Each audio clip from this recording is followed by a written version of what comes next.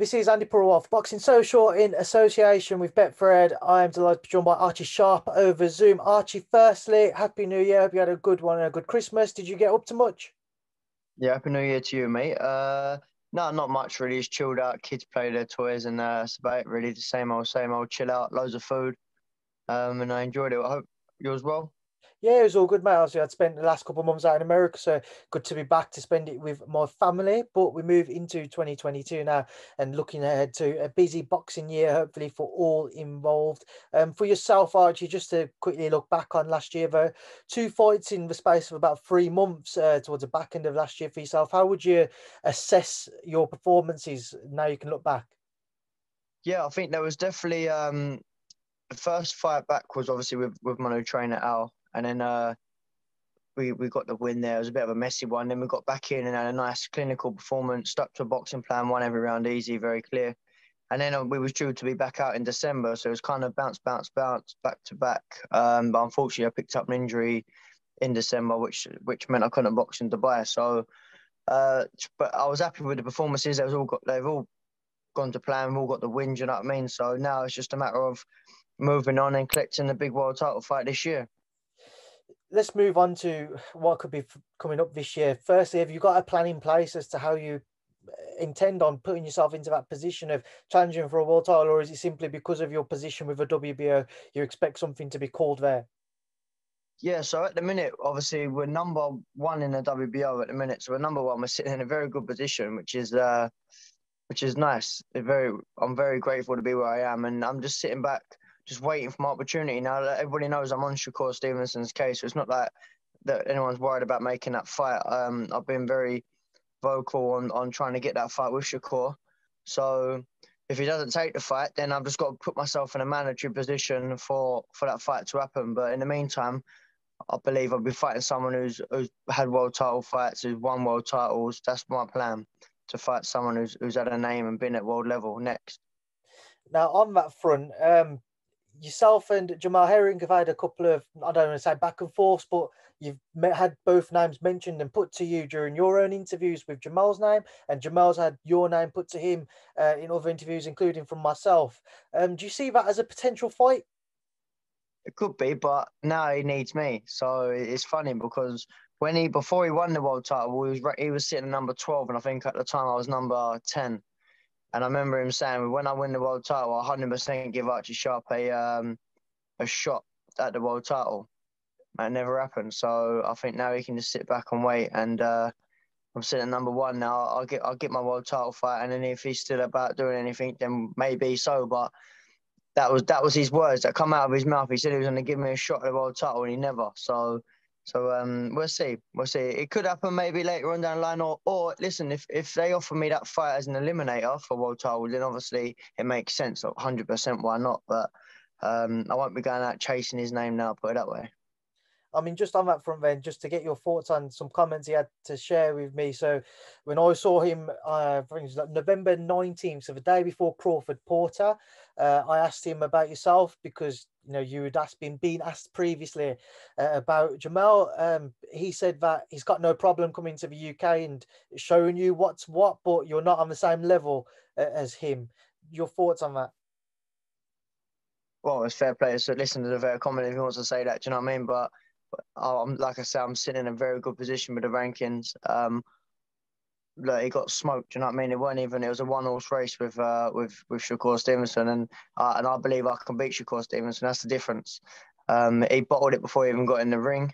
I think that's fair to say. He was a beaten man before he even got in there. He was scared before he got in there with Shakur, and that showed because he couldn't get going. He couldn't get anything going.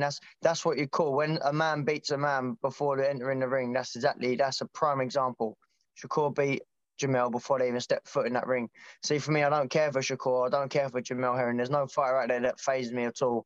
I want to fight the best because I believe I'm the best, and that's the difference.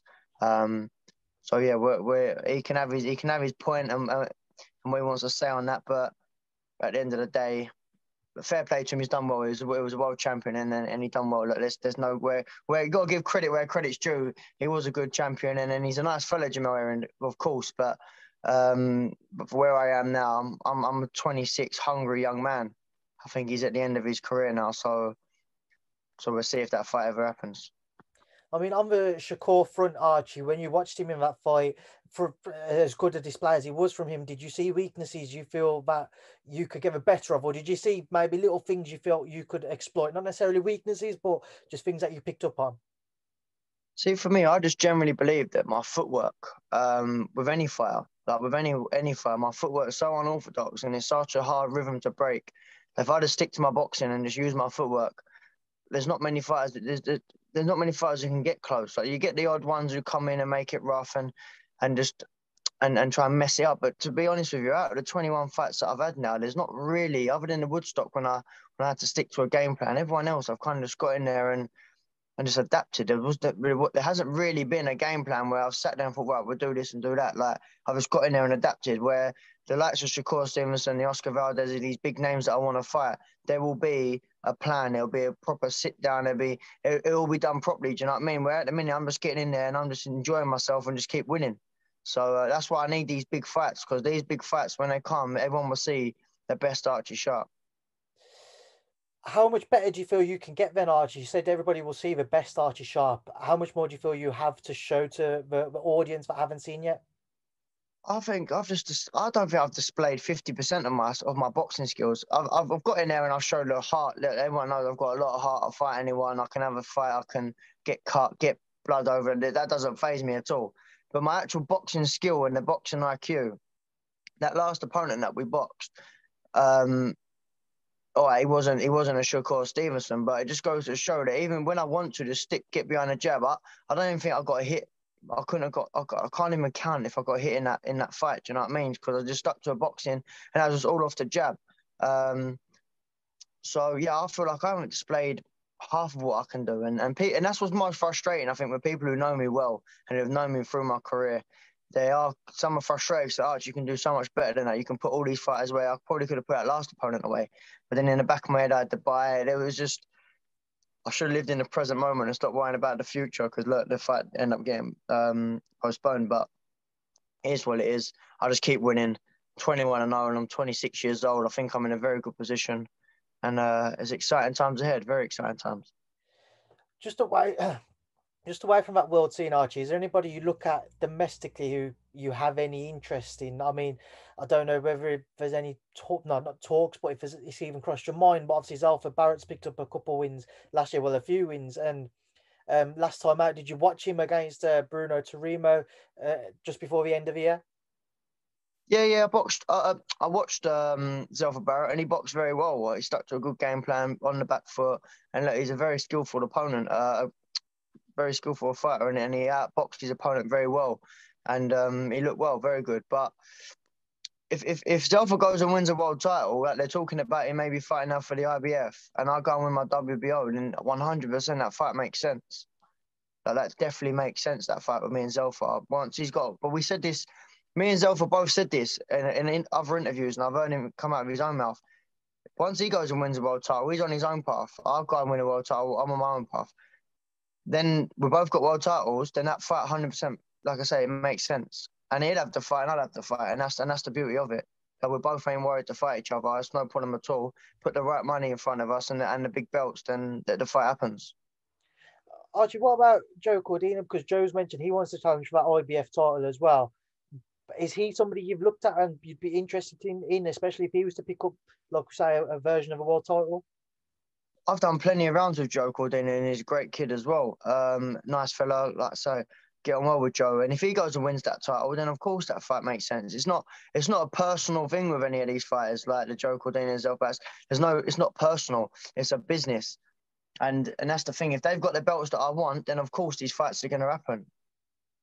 Just away from those guys, get your thoughts on a couple of fights which are coming up. Archie, you've got Amir Khan and Cal Brook on Feb 19th. What are your thoughts?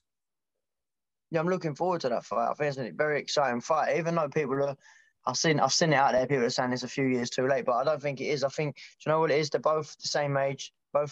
It's a good fight either way. Whether this is happening, do you know what I mean? The fight is happening. I think it's a great fight. Amir Khan's always had the boxing skills and the speedness.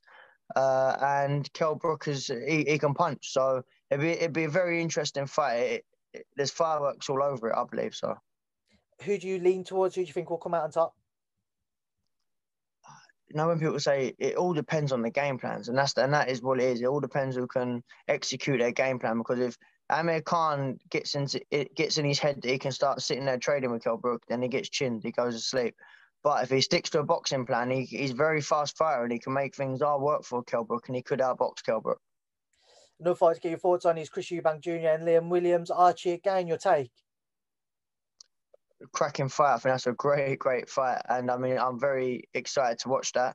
I'm going to say Liam Williams for that one. I think that's a bit of a more, I'm 60-40 for Liam, because I believe that he's a great fighter. And he's got more, from what I've seen in his other fights, he's got more skill. He's got a better skill set than Chris Eubank Jr. And I think he displayed that. And I think it'd be a really good fight. And like I say, I'm backing Liam Williams to win.